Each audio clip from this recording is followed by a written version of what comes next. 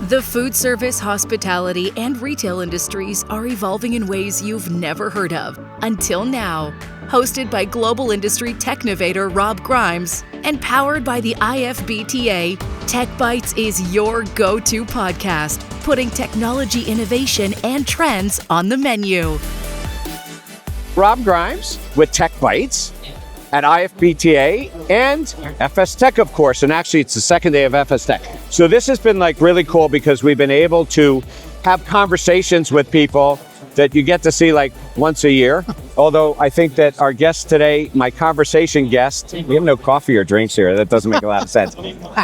Is somebody I do see a couple times, at least during the course of the year, maybe 3 times a year. That's right. But we'll get into that. So Leon Davoyan, who is the Chief Technology Officer at Dave's Hot Chicken. Right. So welcome. Thank you. And we got to start out with this. So first of all, you're going to be out at FS Tech Asia. So I got to see you in another. So that's going to be 4 times a year, right? It's going to be 4 times. This year's a special year. Okay. And why are you going out to, you guys don't have units in Asia, right? We don't, but we are focusing on international expansion. And so right now we're looking at Asia as one of the places that we really want to expand in. There's a lot of love for fried chicken and hot fried chicken. Absolutely. So we want to take our brand to another continent. Well, Asia is a big area, right? It is. So it is. Are you doing things in other parts of the world right now? We are. We're obviously in Canada. We're in the Middle East, all over the Middle East, and we just signed on UK and Ireland as a very cool. You're going to go to Hospitality Tech next month on your way out to Asia? It's the week before in the UK. Is it? Well, we should. No, maybe we should have a conversation about that, right? Yeah, all right, we will have a conversation about that because the IFBTA supports that, of course. So let's do this because I think somebody's journey is rather interesting. And if I got this right, you actually started your journey as a POS technician. I did. That's right. Okay. And so your journey started there. It didn't start I guess as a POS technician, you were working with restaurants, but were you in the restaurant business, growing up or anything like that? I wasn't. So when I turned 16, I went to Universal Studios and became a cashier there. And I did that for a couple of years. And then when I became a POS technician, it was for Universal Studios. And that's when... In Orlando? No, Hollywood. In Hollywood. Yeah. And that's when we went from the tech cash registers, the old school cash registers, where you just look at the tag and figure out what the price is. Do we want to say ECRs? Yeah. Do you think anybody knows what an ECR if I say that? I don't think they do. I bet so. Electronic cash register, and I bet you that nobody would know what a non-resettable grand total is. Oh, see? He's laughing because he actually knows what we're talking about here, right? Things, but I like to think that I'm younger than that, but unfortunately I don't. Well, we all want to do that, right? Yeah. So, look, we could substitute ourselves out of this, and we could use some sort of artificial intelligence to create our hair and be as young as we want. Hey, let's do it. That'd be all right. Let's do it. That'd be all right. Okay, so you started as a technician at Universal Studios. I did. And that's how you probably learned retail tech, food and beverage tech, and you also learned the entertainment business, so you'd have gates and security and things access, like that, right? All that stuff, yeah. And from there, I went to Baja Fresh. And that's where I fell in love with high growth brands, because when I went to Baja Fresh, they had just been acquired by Wendy's. I remember that. Yeah, and they had to open 100 stores a year. So that's where I basically took my career, and I essentially traveled every week opening stores for Well, you're doing Fresh. Implementations and working with franchisees as well as brand stores. Okay, and then. And then I got my first shot at being a director. I was 25. I was still a child. I went to the Santa Anita racetrack and I ran. Saw that. Yeah, and I ran all their food and beverage operations. What's the big race they have at Santa Anita? The big one. It's Preakness? Preakness. Yeah. Yes. Somebody invited me to go to that. A horse trader. How fun was that? It was great. Right? The energy in the space is just amazing. But also the technology that people could put in boxes, which when you were there, I'm not sure if they were doing that yet. Not yet. But, it became not only a high sales thing, but it's an event that, is obviously one of the big 3, in there. So, okay. Yeah. And then, did you end up going back to work for a POS dealer or something, or a cash register? No, I didn't. I was trying to figure this one out. No, I've never gone to the dark side, but I see a big trend in CIOs and CTOs going to the dark side after they're done with. You're not with telling being us anything, right? No, absolutely not. I am so happy. You know, the one thing that they used to say that you should never do is CIOs should never be on the cover of CIO magazine. Did you ever hear that? I've heard that before. You know why, right? No. Oh, because CIO career is over.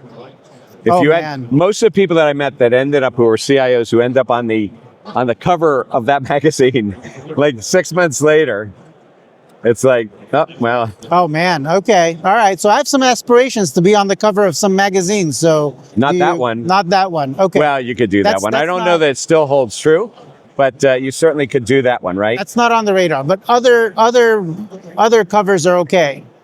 So how do you end up at Dave's Hot Chicken? Because that is everywhere, and it gets a lot of press these days and a lot of growth, and now you're going to grow internationally. So how do you end up doing that? Well, I've been known to be involved with growth brands. That's what I love to do. That's what I've specialized in. And so, prior to being at Dave's, I was at Blaze Pizza. Right. And so I worked with a team at Blaze. I helped strengthen their infrastructure and set them up for growth. Now they have new leadership there. Right, they do. But some of the leadership from Blaze Pizza came over to Dave's Hot Chicken. And so it was only natural for me to also transition over.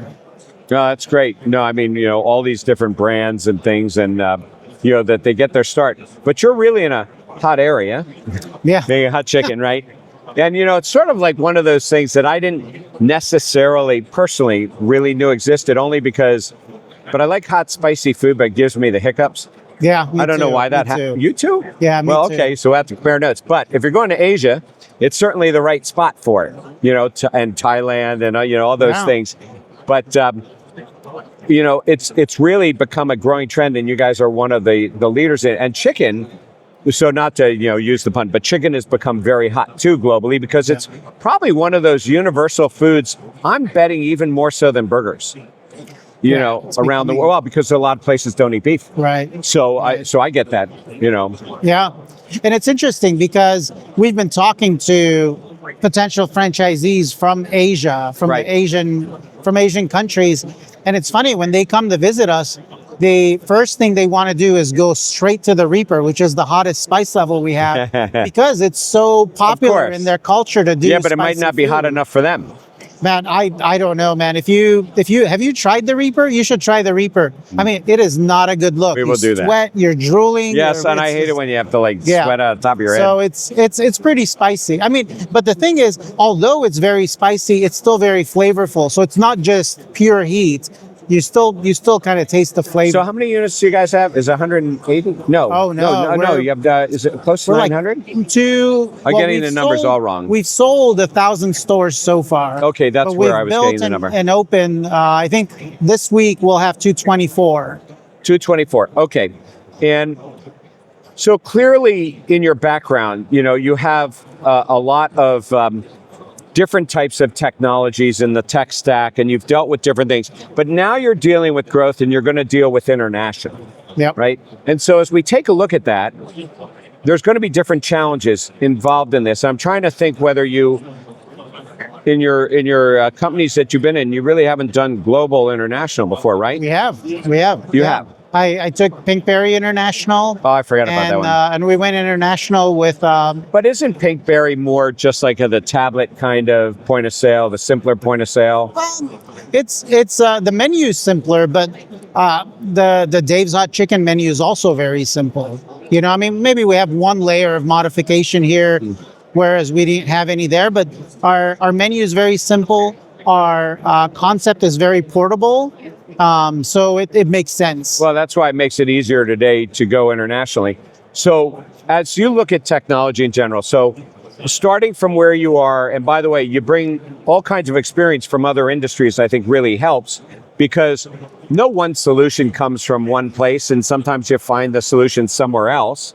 And actually, a theme park is very complex because they've got the retail. It's like doing an airport, right? Yeah. They've got the retail and they got the food service in there and the back office. And sometimes they have brands in there who try to tell you what you have to put in, but you can't do that, right? So in the growth of technology over the years, what is the thing that Well, what is the thing that you think is really undervalued, or the thing that people really should be looking at more? Is there some area that we've sort of missed? It's interesting because I think a lot of people look at convenience from an ordering perspective, Right. but they don't look at convenience from anything that happens past the ordering, right? Because when you order food, great, you have a convenient ordering experience. But how about the journey to the restaurant, the pickup process, Before, during, and the after. post, right? And we're focusing a lot about that, right? Because we just launched a new mobile app. It ups the convenience factor. We're going to make some tweaks to it, but now we're focused more on the journey of the guest as they leave their house over Right. to the store, and how we can make sure that the But food is hot pre-COVID, ready. people were very focused on the journey in the store drive-through. Right. Right. Now, all of a sudden, you find, and I hope that our industry looks at things like delivery as a new day part. Yeah. I'm not so sure that they're doing that. I think they're throwing it in. The drive, I call it a day part, but a different revenue center, Right. And look at it. But also we're starting to see, and chicken's going to be there in vending machines as well. And Yep. so I don't know that people are figuring out all the new types of revenue centers Right. that are out there, and the new footprints, that are there as well. Yeah, we're very open to testing something new that makes sense to us. So very soon we're going to be looking at robot delivery, and I'm not talking about the small coolers that have the tiny wheels that you often No, see. I understand that We're looking at the big robots, right? That can drive themselves. Well, down you're the talking about street. autonomous vehicles. Do you Yeah. go to CES? I don't. There's I'd a love to whole go room. there. No, you need to do that, because there's a whole room at CES. I've covered it. Yeah. I have video on it. So the grocery chains have been working on the autonomous vehicles that you take your card up and you scan it, and up opens the compartment. But you can have multiple compartments.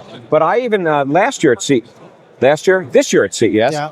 I saw flatbeds that you could just change the flatbed and put a different thing on it, and it could be types of compartments. It could be, so awesome. all kinds of things, but grocery store on wheels, and it Yeah. could be hot, cold, so I think that there's a lot of flexibility. I personally, by the way, you didn't say it.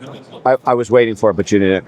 We could have talked about drones. I'm not a huge believer in drones right now for what we're doing, but I am a huge believer in autonomous vehicles. Yeah. Because I think that's where it's going to agree. go, and it solves the delivery cost problem. Right, it does. And I'm waiting for, today, if you want to do robot delivery, you have to engage one-on-one with a company that provides that service. Absolutely. I'm waiting for somebody to be, let's call it the Uber Eats or the DoorDash of robot delivery, where you're paying per delivery for a service that everyone's sharing, versus you owning the robot and charging it and worrying about Yeah. the maintenance. And So, I'm waiting for a you know SaaS what? robot. I'm not surprised that you just brought this up, because somewhere in your background was Kitchen United. Yes. Okay. That was in between Blaze Pizza. All right. And, okay. But let all right. So prior to COVID, the hot thing that people were talking about was ghost kitchens. Right. Ghost kitchens have sort of disappeared from a conversation. They have. Because in reality, it was really nothing new, because we had this thing called concepts. And then you have people like Wow Bao who are sitting there doing dark kitchens. Oh, yeah. I get that. And by the way, you guys could probably somehow, well, it depends how it falls in, but sous vide and so, you could do that. So I think that, that's the opportunity area. But with your experience in what you're doing, that also so ghost kitchens. Then you had real estate that was empty, so now people are bringing back the food court kind of thing, Yeah. or selling pods to people. So what you're really talking about is pods out to the people. I do think we're going to start to see that, especially when you get some of the grocery delivery companies that will pick up at different grocery stores, Yeah. consolidate the order. I think we're going to start seeing that they pick up and they do it, or because of lockers. We may have pre-made foods that come up and just select, and you make it a destination, which I think Zune Pizza was going to go do. Right. They were going to go take their thing Yeah. out, plop it down somewhere, and pick your pizza, right? Exactly. And I feel like although ghost kitchens have sort of like fallen off the radar, I feel like if I was running marketing for a ghost kitchen concept, I would approach the problem a little bit differently. I think the ghost kitchens had a competitive advantage that they never exploited. And so I still have hope for ghost kitchens. I think is consolidated place and for delivery, it makes sense. And what we're really talking about is also a commissary concept. Actually, if they would have just involved and become a central commissary for people too, and not just for for delivery and other, that would have been an interesting thing too. Plus, there was a lot of available space available, even airports or colleges and universities using their facilities. So it's interesting because you have that rather unique background that would understand that business that that you could take out and do it. So before we shift gears, let's just take a break from it. Okay. And then we'll come back and I really want to talk about the application of technologies and some of the things that you're looking for going forward. With the rapid expansion of technology in the food and beverage industries, finding the right supplier can become overwhelming and complicated. To simplify this process, the IFBTA created Exchange.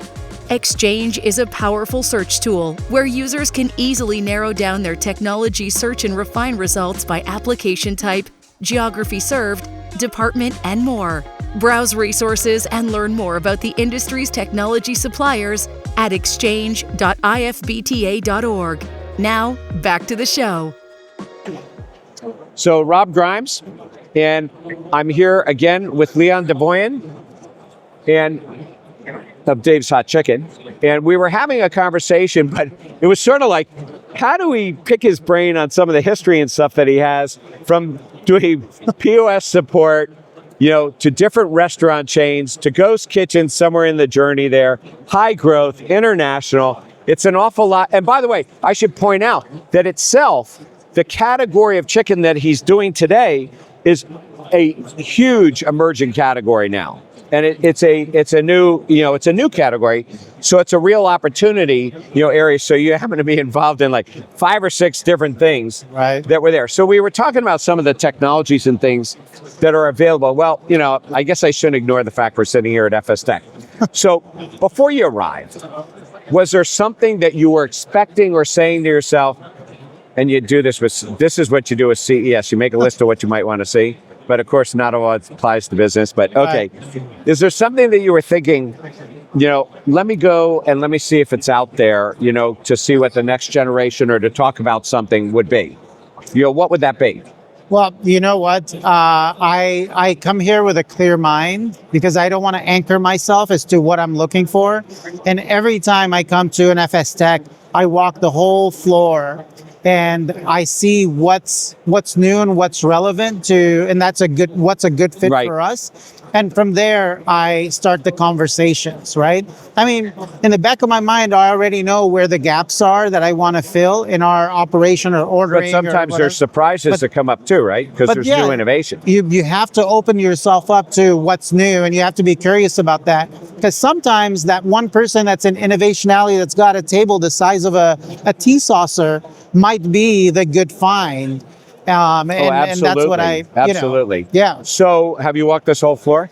I've walked the first half of the floor. Okay, so for the first half of the floor, is there anything that sort of surprised you?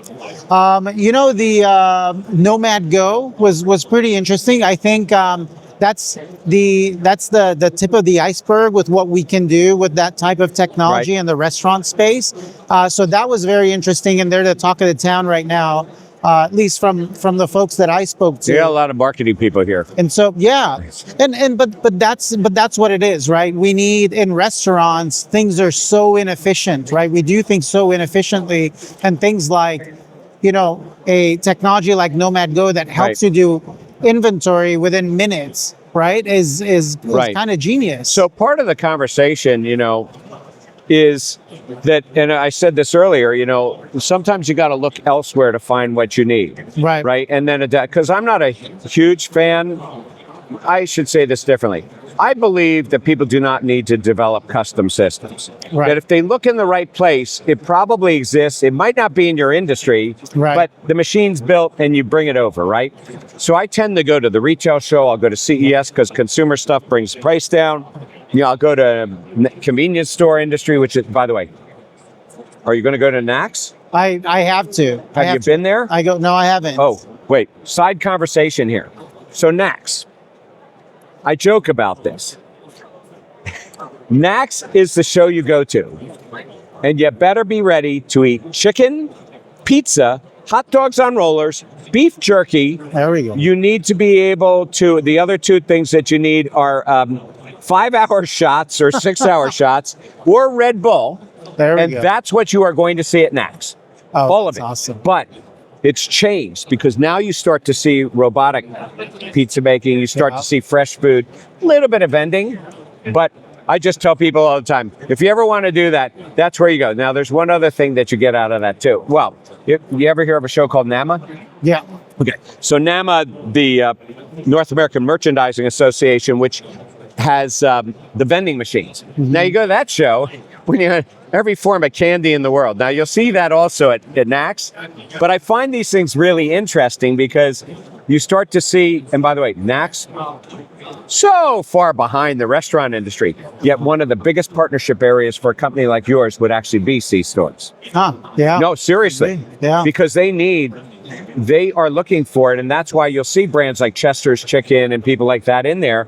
But I think they're going to be like the airports. They're going to want to put in name brands rather than people that just do C-store. Yeah. It's the highest growth area, I think, for a restaurant industry. It definitely drives people to the food outlets when it's a brand that you recognize. And their technology stinks. It's all about petroleum, gas, and C-store retail, but they don't really understand the food and beverage side. Right. So I got to go check it out. Well, you will. So here's your opportunity. So NACS will be good for you. But hospitality tech in the UK. So I look at other geographies. If you are doing, you said you were doing the Middle East, like Dubai, if you go to Gulf Food. Right. You guys go to Gulf Food? I haven't. I've been to Horeca in the Middle East, and Okay. that's an interesting one. Horeca in Lebanon? Or Lebanon, yeah. I was once invited to speak at that, and that I didn't get to go. But also, if you go to Saudi, you've got the big multi-brand groups that are there. A lot of tech out there. We were thinking about a chapter there pre-COVID. Somebody was asking. So anyway, there's a lot you can see from these other things, and then things like the NRF, you can steal, ideas and things like that, but you don't have to build it. So, okay. So we talked about the things that are here.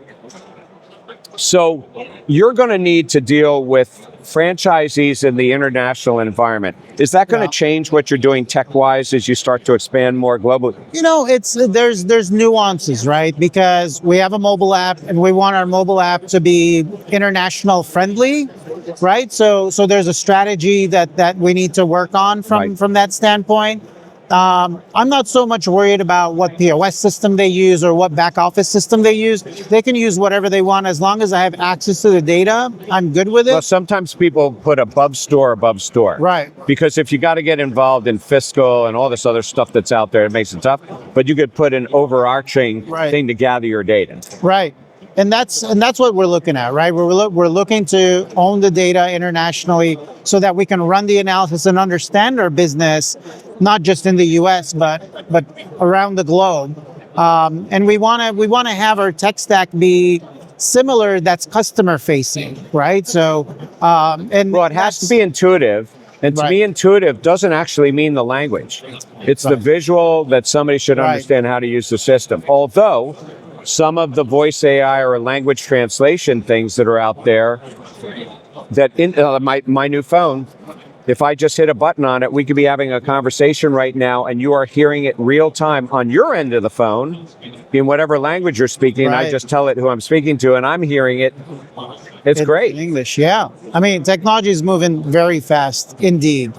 Right, so we don't have to invent those things, but it allows us to go international a lot quicker too, right? Yeah, and I'm a very big fan of buying technology. I don't believe in the build process. I think if you're going to build something, you should tweak something that's already there to make it your own. But I've never been a fan of fully custom. Well, yeah. So, I mean, now the one thing that I think you're going to find when you go out, so first of all, it'd be fun to hang out with you in Singapore anyway. Likewise. But I will tell you that there's so much technology in Singapore itself, but it will make some sense to look at the C-stores because they have double-decker C-stores with food, and they're doing it up and down, and they use like box cars and stuff. And some of the malls there and how they order, like once you go out of the U.S., well, Dubai, everything's kiosk. Yeah. An order on yourself. Like we don't have that all throughout our malls. They're sort of getting there, right? So there's a lot of different technologies to look at, and most of those guys will go, global. So it's a good opportunity to do that. Right. Do you find that your franchisees and that they understand the tech and that they understand the need to invest in it? Do you really have that question anymore? The franchisees have gotten a lot more sophisticated as well, and we're lucky because we have really good franchisees that have other brands and they're larger scale franchisees. But if they have other brands, then that's why you would not dictate necessarily what they need to do, because it's got to fit what they're doing, right? Well, they understand it, right? Whenever we introduce new technology, right, they understand the why behind it. And plus, like, I personally don't deploy out technology that doesn't have a positive ROI or doesn't affect efficiency in some way so that it flows to their bottom line, right? So I think we have to keep that in mind, because the days of, oh, here's a geeky cool thing that I want to roll out to the stores because I think is cool, is gone. Yeah, well, I mean, that is it. But in the end of the day, it seems like, you would probably remember this. A lot of people actually would not remember what I'm about to say, but I used to tell people that the worst thing that happened to people in IT is their CEO went on a plane and they read the Seatback magazine, which doesn't exist anymore, and they're opening up the Sharper Image catalog there, and they're saying, how come we can't do this, right? Or how come we don't have an iPad doing this? And I'd say, you mean a tablet, first of all, let's figure out what you're doing, right? And that was like the worst thing, because they'd come back and get these ideas, and then how are you getting the money? Because you don't want to invest in a fad, you want to invest in a trend, right? So it was tough. Today, people inherently understand the tech, which is great for employees, but customers are driving us to change very quickly, the new payment methods, the new communication. I don't know how you keep up with that. Well, you partner up with vendors that are also evolving with you and growing with you, and that's very critical, right? Because when we're buying technology, we're not buying technology for right now. We're buying technology for the longevity, right? For the long term. But nothing's guaranteed, right? But you make your bets and you hope that, I found a lot of success in maybe partnering up with someone that's smaller than the big fish, because those folks tend to. Well, it's easier to do that today. Well, yeah. Especially because they don't have to host the technology, you don't have to do it, and you can separate out the service support and do the, but yes, and interfaces are much easier. Right. If you got to have them interface to something, people are more available. They're not charging an arm and a leg, and they don't take 6 months. Right. So, and we're constantly being pushed to innovate, which is a good thing. That's my space, right? I love growth. I love innovation. Right. So I'm in a good space right now because, our customer, if it's not our customers, it's our employees that are pushing us to do the next new thing. And if it makes sense, we're happy to do it. Yeah, and I mean, it really is, all of those different areas that really bring it together. Well, look, it's a pleasure speaking with you, and just sort of trading some notes on this. It'll be a pleasure hanging out with you. Maybe I'll convince you to go to the UK first. We'll figure that one out, because that's a good show. I should. I'm going to go out there and then continue my flight to Asia.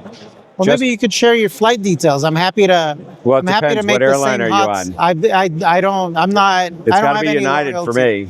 United it is. There you go. But we can talk about it. But you're flying from where? From LA. Yeah. Okay. So I'm on the East Coast. Okay. But if you're going to the UK and you're going that circle, well, good for you on the way back. Yeah. Actually, because non-stops, right? But there's a lot of opportunity, out there. And I'm going to go see that show, not because we support them, but there are some interesting technologies that come out of that. And I was at NRF in June in Singapore, and the retail guys got interesting stuff. And then, so it's a good time to go take a look at it. So it's always good to find nuggets of things that are happening. And that's really the game, right? You go, you find something sharing information with people, trading it, right? So exactly. So it's been a pleasure, Leon, to have this conversation. Dave's Hot Chicken, but what we're going to do is we're going to go ahead and compare who's got spicier chicken when we go to Singapore. There we go. The UK would have it too, and we'll go figure that one out. And, I look forward to sharing those travels with you. And thank you for joining us on Tech Bites. It's my pleasure. Great. Thank you. Thanks so much. This podcast is brought to you by the International Food and Beverage Technology Association. The IFPTA is the industry's voice of food service, hospitality, and retail technology, all put together. We provide thought leadership as your single, impartial, and go-to resource, The IFPTA offers in-person and online communities to connect with your peers, the exchange an all-encompassing global technology resource, and an industry-wide professional education and certification program. The bottom line is the IFPTA is your place to gather, learn, and share in conversations like the one we're having today. So thank you for joining us on this episode of Tech Bites powered by the IFPTA. I'm Rob Grimes, your host, and I look forward to taking our next bite of technology together.